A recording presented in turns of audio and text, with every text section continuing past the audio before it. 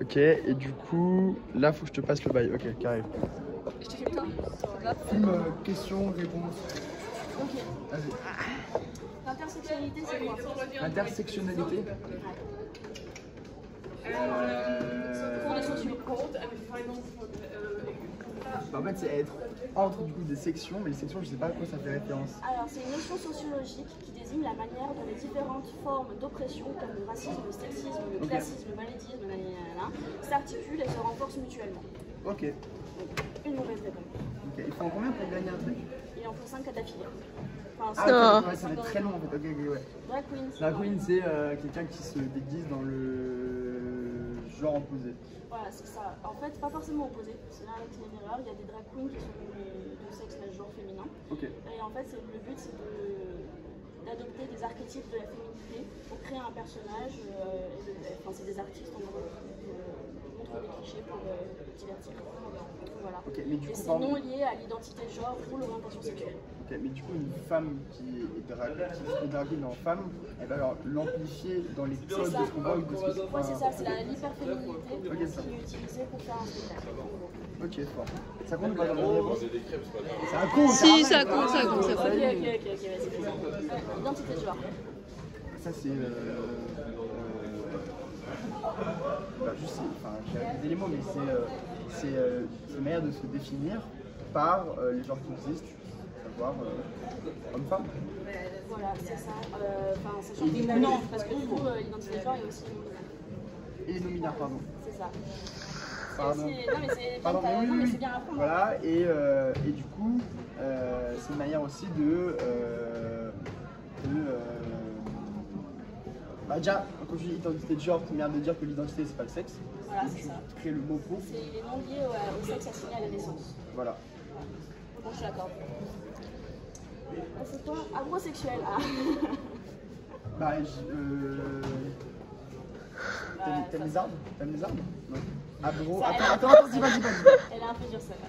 Agro. Moi je savais pas. Je connais pas. C'est une forme de sexualité particulière. Ouais. C'est une personne qui aime quelque chose et qui est dans abro du coup. Et abro, ça fait référence. Est-ce qu'on peut parler des petites genre est-ce que c'est dans la nature? En fait, je n'arrêterai pas à savoir, je pense en gros une personne homosexuelle a une orientation sexuelle fluide. Donc une personne qui a une orientation sexuelle qui peut changer dans le temps, ces changements peuvent concerner tout type d'orientation. Quant à la fréquence, cela peut arriver du jour au lendemain, aussi bien qu'à plusieurs années d'intervalle.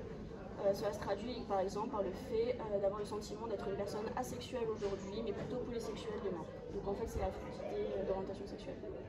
C'était un peu dur à deviner. Ok. Mais bon, pour ton information, voilà. Ok. Ça, tu peux deviner. Outing. On est out. C'est le fait d'être en dehors des normes, je sais pas. L'outing, c'est le fait de. Attends, donne des petites indications, sinon je me fais tuer. Outing, c'est lié au coming out. C'est lié au coming out. Bah, c'est le fait de faire le coming out. Et bah non, Non, alors en fait, non, c'est juste. Attends, coming out, ça veut dire sortir de ce que tu étais avant. Le coming out, c'est quand volontairement, un 10, ouais. Tu vas dire aux gens ta sexualité ou alors ton identité de genre pour qu'ils le sachent. L'outing, c'est le fait de recevoir involontairement, c'est qu'on te dise à toi t'es qu'un. C'est ça l'idée? L'outing, c'est presque ça. En gros, l'outing, c'est quand involontairement quelqu'un te out en fait. Oui, je capte. Out, et du coup, c'est un peu une atteinte à la vie privée parce que du coup, c'est pas volontaire, tu voulais pas le faire en tes termes, et qu'il y a quelqu'un qui t'out, et donc c'est plutôt en général négatif. Qui dit aux gens que toi, tu es par exemple bisexuelle ou lesbienne, alors que les gens savent pas, et du coup, ils t'outent pour toi-même en fait. Ok. Qu'est-ce qu'on en pense, parenthèse, de ce vocabulaire En fait, moi je. C'est quoi, je t'en fais encore deux et après on voit. Ok. En vrai, c'est bien qu'il y ait ces mots-là. Mais j'avoue que c'est vraiment. En fait, c'est un peu ce que je reproche à toutes les catégories professionnelles. Commerce scientifique, ils ont leur propre vocabulaire. Et là, ça devient. En fait, c'est ça, mais compliqué, ça devient un peu exclusif en fait. En fait, le but, c'est que ça soit spécifique. Ouais. Pour que tout le monde puisse trouver un truc pour dire, mais après, c'est normal de ne pas le connaître aussi, mais c'est bien de s'informer, c'est leur ça existe. Mais après, il y en a des quand même plus faciles. Là, je te les donne. Aromantique, j'ai vu là les verbes. Aromantique. Ah, aromantique, bah, aromantique c'est ce qui est contre le. Mais aromantique ça veut dire. C'est-à-dire qu'il n'apprécie pas. Comme un asexuel, c'est quelqu'un qui n'apprécie pas les relations sexuelles. Un aromantique, c'est quelqu'un qui n'aime pas le flirt ou les relations ambiguës. C'est pas ne pas apprécier, que ce soit pour asexuel ou aromantique, c'est pas le fait de ne pas apprécier, c'est de ne pas ressentir dans un cas le désir et dans l'autre cas le besoin de relations amoureuses. Amoureuse, ouais, Voilà. c'est fort. Là, c'est amoureuse. Donc la solitude et les amitiés que la plupart des personnes aromantiques créent avec les autres leur suffisent. Ok. Attends, redis amitié et. Amitié et la solitude. Solitude et les amis, ça leur suffit, pas spécialement pour des relations romantiques. Mais en vrai, je suis d'accord parce que t'étais vraiment pas loin et t'as fait un parallèle avec. Je suis à combien là? Là, en vrai, je pense que t'en as réussi, genre 4 bien. Oui, mais c'est facile. Hein. Ouais, Moi, mais c'est pas moi, je grave. t'en donne une facile et comme ça. c'est bien. Ah, putain, il y en avait tellement durs en plus.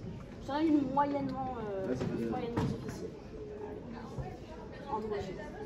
Androgyne, je sais ce que ça veut dire, c'est. Attends, j'ai peur de dire des conneries en fait.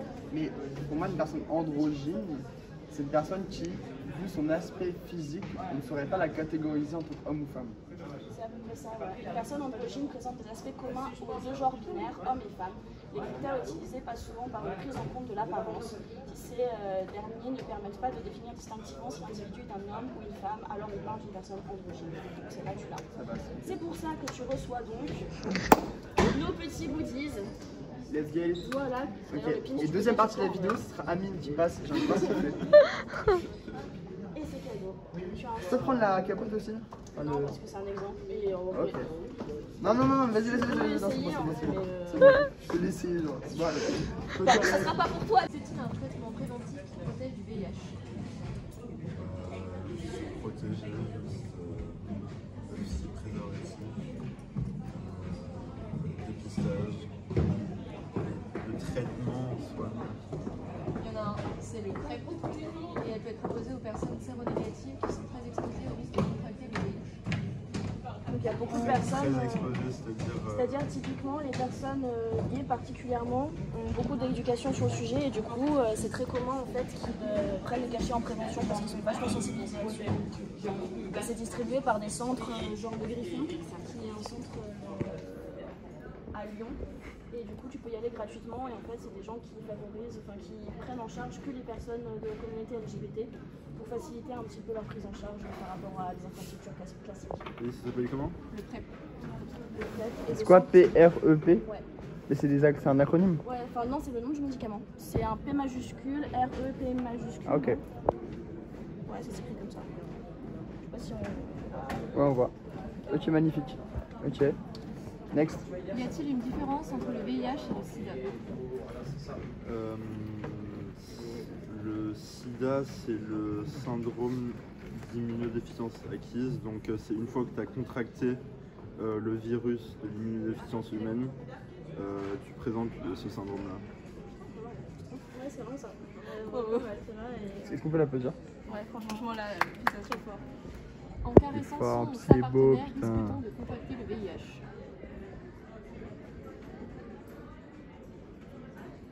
Je vais dire non. Non. Sans pénétration et les contacts peau à peau, on ne transmet jamais le VIH. T'es tellement informé, j'ai l'impression que t'as déjà eu le sida dans ta vie. Non, mais en gros, ma mère, elle travaillait au Burkina Faso pour Health Focus et ils ont fait une campagne de prévention contre le sida et au Burkina Faso. Enfin, Ok, fort. avec même pas mal Très de fort. sensibilisation à faire et qui est en train d'être faite. Ok, fort. Ok, très bien. Faut-il une ordonnance de son médecin pour se faire dépister? Avoir une charge virale indétectable, est-ce que ça veut dire de ne plus être séropositif? Non, je pense pas non plus. Mais tu peux être séropositif sans qu'on le détecte. Oui, il y a des asymptomatiques, je crois. Mais ça veut pas dire que je peux pas le transmettre.